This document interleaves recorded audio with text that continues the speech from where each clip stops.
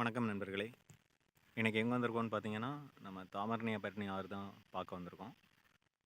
So Thamirabarani பார்த்தீங்கன்னா, பாபநாசத்துலேருந்து அப்படியே தூத்துக்குடி வரைக்கும் போயிட்டு அங்கே கடலில் கிடக்குது காயல்பட்டினத்தில். பட் இப்போ நம்ம எங்கே இருக்கிறோன்னா சேரன் மகாதேவி.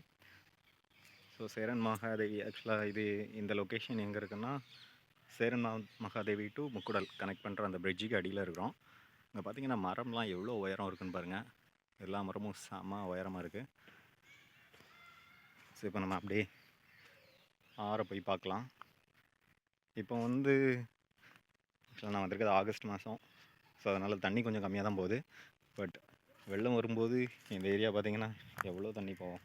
நான் இருக்கிறதுல அங்கே தெரியும்னு நினைக்கிறேன், அந்த தூசிலாம் எவ்வளோ உயரத்தில் இருக்குன்ட்டு. கிட்டத்தட்ட ஒரு 20 அடி உயரத்தில் இருக்குது. ஸோ இந்த இடத்துலலாம் கிட்டத்தட்ட 20 அடிக்கு மேலே தண்ணி போகும் போல் இருக்குது வெள்ளம் வர நேரத்தில். இப்போ தண்ணி எங்கே ஓடிக்கிட்டு இருக்குன்னு பார்ப்போம். இப்போ பார்த்திங்கன்னா தண்ணி நிறையா தான் போயிட்டுருக்கு. இது பாசனத்துக்காக திறந்துட்ருப்பாங்க போல் இருக்குது. ஸோ யூஸ்வலாக இங்கே நிறைய பேர் குளிக்க வருவாங்க. பட் நான் வந்திருக்கிறது வீக் டே அப்படிங்கிறதுனால கூட்டம் கம்மியாக இருக்குது. என்னொன்று ஆட்கள் ஃபேஸ் அவாய்ட் பண்ணுறதுக்காகவும் வீக் டேஸில் வந்திருக்கேன்.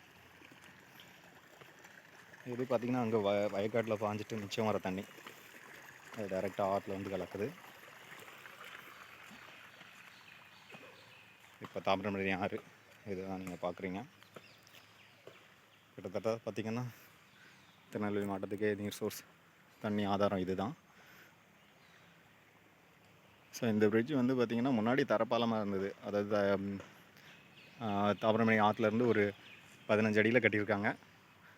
பட் அப்போமெல்லாம் வெள்ளம் அந்த ஆற்றுல அதெல்லாம் உடச்சி பார்த்திங்கன்னா அந்த உடஞ்ச பாலம் அங்கே தெரியுது. பட் இப்போ கட்டியிருக்கிறது ஒரு 40 அடி 50 அடி உயரத்தை கட்டியிருக்காங்க. ஸோ அதனால் எவ்வளோ மழை பெஞ்சாலும் தண்ணி பிரச்சனை இல்லை.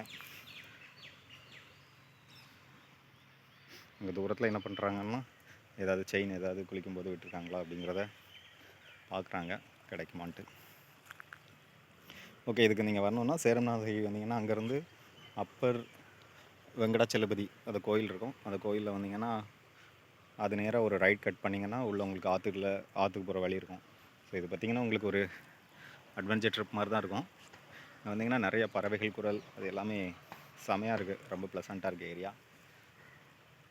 ஸோ நீங்கள் சேரன்மகாதேவியில் இருக்கீங்க, இல்லைன்னா இந்த இடத்த இன்னும் விசிட் பண்ணலை, எல்லாம் சேரன்மகாதேவி ஏதாவது வரீங்கன்னா இந்த இடம் பாருங்கள், சூப்பராக இருக்கும்.